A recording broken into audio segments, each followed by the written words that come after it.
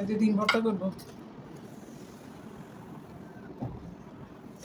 এখানে সরিষা তেল, পেঁয়াজ, লবণ দিয়েছি, আর এই যে শুকনো মরিচ। ওই যে ভিডিও দেখি যে আলম হাসান শর্মিলারে ডিভোর্স দিছে, আলম হাসান ভাই থেকে আমি ডিম ভর্তা করা শিখেছি। উনি একদিন ডিম ভর্তা আলু ভর্তা করছে, দেখে খুব লোভ লাগছে। বেশি করে একদম মরিচ দিব। আসলে শর্মিলাও ভালো ছিল, আলম হাসানও ভালো ছিল, মাঝখানে কি জন্য এদের ডিভোর্স হলো বুঝলাম না। ইচ্ছে করলে এরা আবার মিলে যেতে পারে। দুজনকে আমি খুব ভালো জানতাম।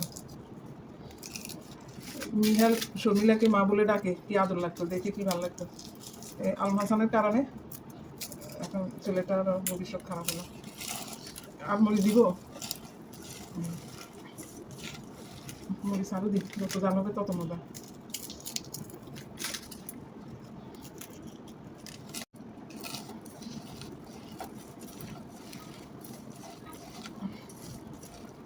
এটার স্বাদ হয়েছে হাতের ছোঁয়া, যত বেশি মজা হবে তত মজা হবে।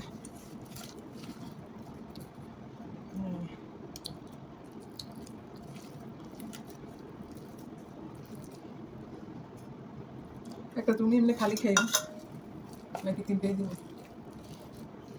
দুটাতেই তো অনেক হয়েছে।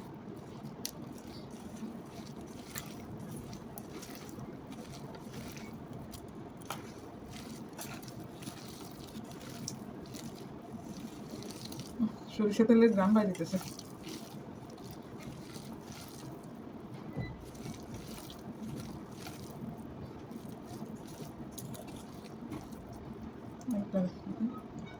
লবণ একদম ঠিক আছে।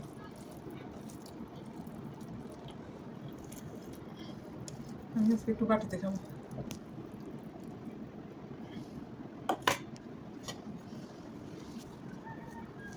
টেবিলে খাওয়ার মতো অবস্থা নাই, গরম, এই জন্য রুমে বসে খাইতেছি। খাবেন?